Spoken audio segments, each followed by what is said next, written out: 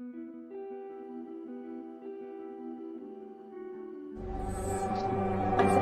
like to be an explorer, like the Great Magellan. Oh, you're too late. There's really nothing left to explore.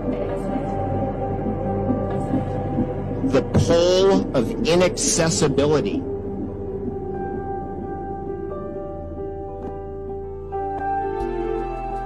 Don't be afraid.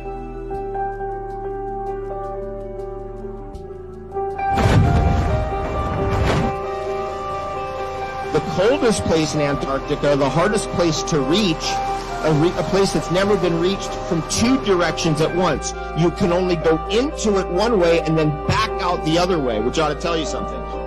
You go in one way, you have to go back out the way you came. It's called the pole of inaccessibility. In the South Pole, it's the coldest place on Earth, the most difficult place on Earth to reach.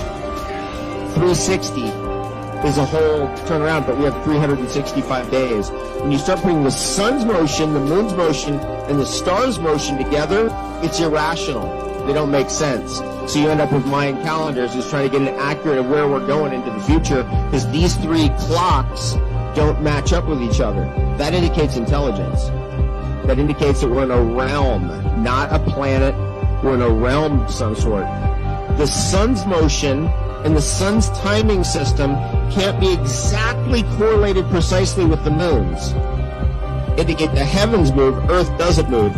As far as I'm concerned, my study of this, heliocentric model is a nightmare, complete garbage. Think about that.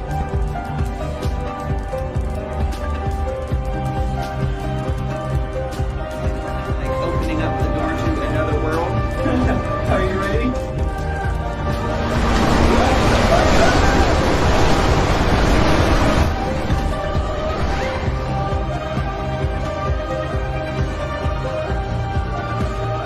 We suggest a ban on all marine. Why? Anything at all. Like the sponge at the bottom of the world.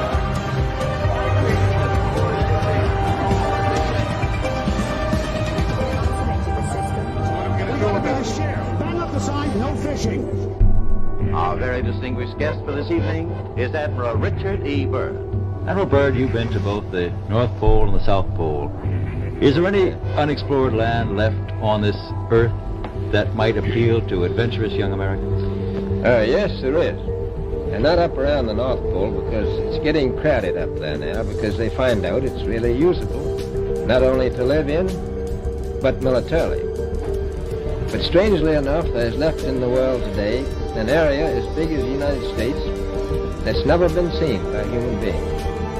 And that's beyond the pole on the other side of the South Pole, from Middle America.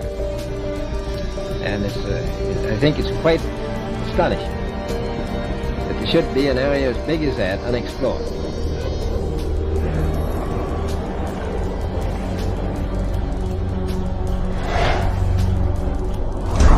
It is the most isolated landmass on the planet.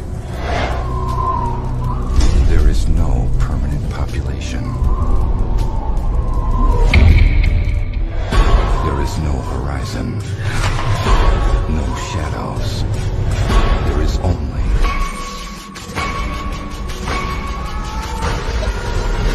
white. Nature never intended for you to survive here. You want answers! I want the truth! You can't handle the truth!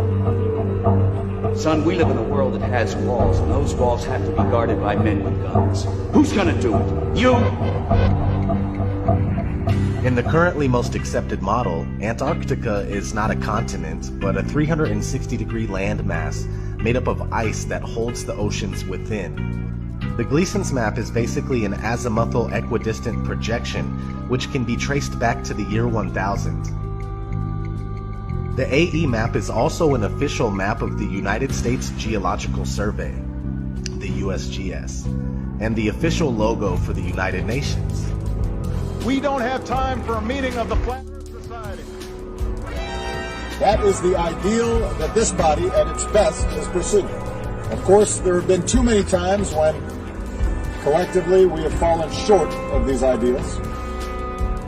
The oldest known globe in the world is from 1492. This is something you need to keep in mind because many people argue that the azimuthal equidistant map is just a flattened out version of the globe, when in fact the globe is just a rounded version of this true world flat map. If the flat map came first and it has the ability to convert into a globe without any problems whatsoever, then that should tell you a little bit about how this globe deception was achieved. Now, back to if there is an edge or not. There is no proof that there is an edge past the Antarctic ice wall, but it is speculated by many that perhaps the plane that we live on is either extremely expansive or it's possibly endless. In these two scenarios, it would be logically assumed that more land is being hidden from the general public. And I'm here to reveal the truth. There are others who exist on this planet. They do not view us as equals. They call themselves the pure, and they call us the damaged. They created a wall to divide us from their world, and factions to divide us from each other. They tried to make us forget who we are and where we're from. They did not succeed. And we're gonna tear down their wall. For those who control the levers of power in Washington, and for the global special interest, the political establishment that is trying to stop us is the same group responsible for our disaster. It's a global power structure that is responsible for the economic decisions that have robbed our working class, stripped our country of its wealth, and put that money into the pockets of a handful of large corporations and political entities. The only thing that can stop this corrupt machine is you. We believe there will be those among you who will transcend these factions. These will be the divergent. They are the true purpose of this experiment. They are vital to humanity's survival. If you're watching us now, then at least one of you is proof that our experiment has succeeded. The time has come for you to emerge from your isolation. You join us. Evelyn's orders! The gate is now closed! I've allowed you to believe that you're the last of us. Fear not. Mankind waits for you with hope beyond.